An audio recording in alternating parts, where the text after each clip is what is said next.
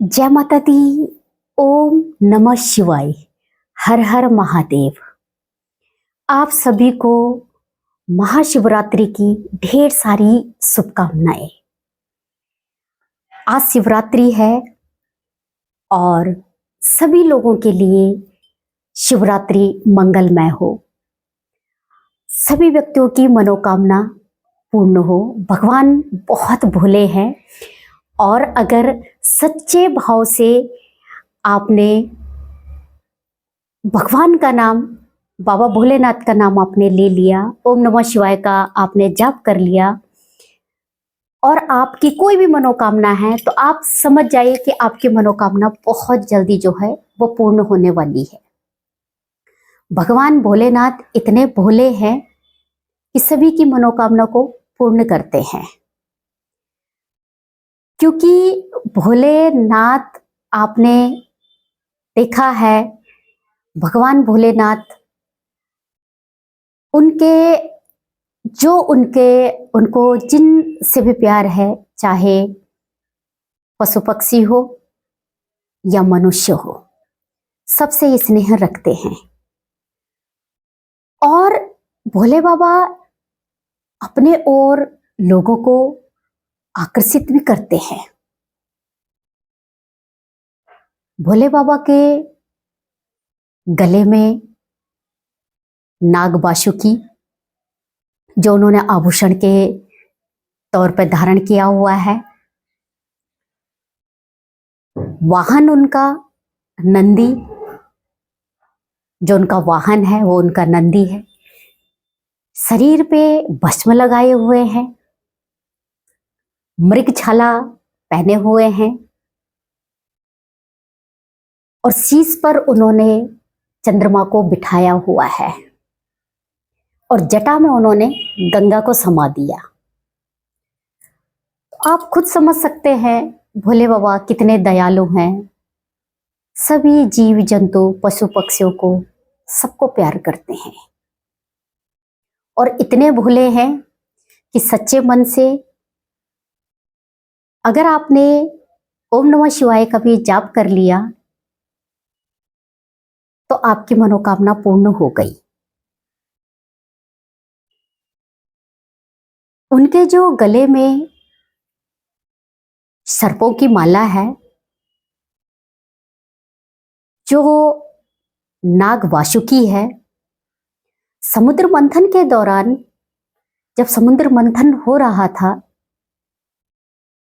तो समुद्र मंथन में जो नाग वासुकी है उसकी रस्सी बनाई गई थी समुद्र मंथने के लिए। और जब वो रस्सी बनाई गई थी तो उस रस्सी को बना करके जो नाग वासुकी है, उनकी भक्ति से भगवान भोलेनाथ इतने खुश हुए कि उन्होंने उनको अपने गले में आभूषण के तौर में धारण कर लिया। और वासुकी जो सर्प थे उनको नागलोक का राजा बना दिया। जो सर्प वासुकी थे, जो नाग वासुकी थे, उन्होंने भी जब भगवान शिव का हलाहल विष जो है उन्होंने अपने कंठ में लिया, तब उन्होंने जो वासुकी थे, जो नाग वासुकी थे, उन्होंने भी वो जो है, जो उस समय पे जो जहर आ रहा था, जो उगल रहे थे, जो जहर आ रहा था, उसको उन्होंने भी जो है भगवान शिव के हलाहल विष जो उन्होंने अपने कंठ में रखा था, तो जो वासुकी है उन्होंने भी जो है भगवान शिव के गले से वो विष नीचे नहीं जाने दिया और उस विष को खुद भी धारण किया।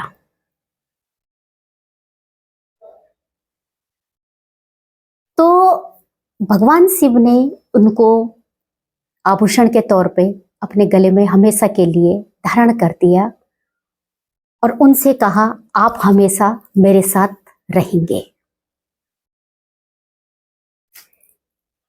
इसी के साथ में जो नंदी है, नंदी भोले बाबा की वाहन है, भोले बाबा की सवारी है। भोले बाबा कहीं भी जाते हैं नंदी पे ही बैठ के जाते हैं। पुराणों के अनुसार नंदी और शिव एक ही है। ऋषि शिलाद की तपस्या से नंदी ने ऋषि शिलाद के घर में जन्म लिया और नंदी के तपस्या से भगवान भोलेनाथ प्रसन्न हुए और उनको अपने वाहन के रूप में स्वीकार कर लिया।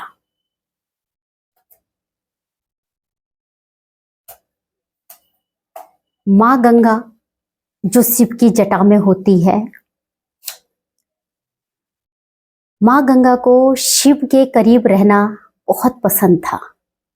वह हमेशा शिव के करीब रहना चाहती थी, भगवान भोले के करीब रहना चाहती थी। और जब मां गंगा को धरती पर लाया गया तो मां गंगा का प्रचंड रूप हुआ और उस प्रचंड रूप को देख करके भगवान शिव ने मां गंगा को अपनी जटा में समा दिया। इसीलिए मां गंगा जो है भगवान शिव की जटाओं में समा गई।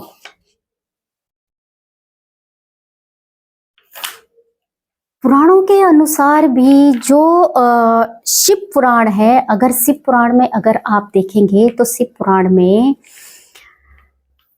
चंद्रमा का जो विवाह हुआ था वो दक्ष की 27 कन्याओं से हुआ था और दक्ष की जो 27 कन्याओं से चंद्रमा का विवाह हुआ था तो चंद्रमा जो उनकी एक पुत्री रोहिणी थी, रोहिणी से उनका विशेष स्नेह था, बाकी कन्याओं से नहीं था। बाकी कन्याओं ने दक्ष को, प्रजापति दक्ष को शिकायत की चंद्रमा की कि चंद्रमा हमसे स्नेह नहीं रखते हैं। तो दक्ष प्रजापति ने चंद्रमा को श्राप दे दिया और श्राप जब उनको दिया तो उस श्राप से बचने के लिए चंद्रमा ने भगवान शिव की तपस्या की और भगवान शिव की तपस्या करने के बाद में भगवान शिव ने उनके प्राण बचाए और फिर भगवान शिव ने उनको अपने शीश में विराजमान कर दिया। आप खुद समझ सकते हैं भगवान शिव की भक्ति करने पर हमें कितना जो है पुण्य मिलता है, कितनी हमारी मनोकामना पूर्ण होती है, क्योंकि भोले बाबा बहुत ही भोले हैं। अगर आपने सच्ची श्रद्धा से, सच्चे मन से भगवान भोले की पूजा कर ली, आराधना कर ली तो आपकी सभी मनोकामना पूर्ण होती है। आप जो है 21 दिन भी ओम नमः शिवाय का आप जाप करते हैं सुबह के समय में, ओम नमः शिवाय का भी अगर आप जाप करते हैं, भगवान भोले का नाम लेते हैं तो आप खुद देखना आपके जीवन में परिवर्तन आना शुरू हो जाएगा। ये बहुत ही सरल और बहुत ही ऊर्जावान मंत्र है ओम नमः शिवाय का। जो लोग भगवान भोलेनाथ की पूजा करते हैं, आराधना करते हैं, वह समझ सकते हैं कि वह व्यक्ति कितने ही कष्टों में क्यों ना हो, उनको कभी भी किसी भी चीज का प्रभाव नहीं पड़ता, क्योंकि भगवान शिव वैराग्य हैं। और जब हम भगवान भोलेनाथ की भक्ति करते हैं तो हमें कभी भी किसी भी चीज की परेशानियां नहीं होती है। आज भगवान भोलेनाथ का दिन है, शिवरात्रि है। शिवरात्रि का मतलब होता है पूरी रात जागना और पूरी रात जाग करके ओम नमः शिवाय का जाप करना। रात को कभी सोना नहीं चाहिए। यह रात जो है, यह साधना की रात होती है। बहुत सारे जो साधक होते हैं इस रात को विशेष तौर पर मनाते हैं, साधना के हिसाब से करते हैं। और आप लोग भी किसी तरह से कोई भी मनोकामना आपकी है, उस मनोकामना को पूर्ण करना चाहते हैं, तो आज की रात्रि आप साधना कीजिए। बिल्कुल भी बिस्तर को त्याग दीजिए, बिल्कुल भी मत सोइए और भगवान शिव की पूजा आराधना कीजिए, मंत्र जाप कीजिए।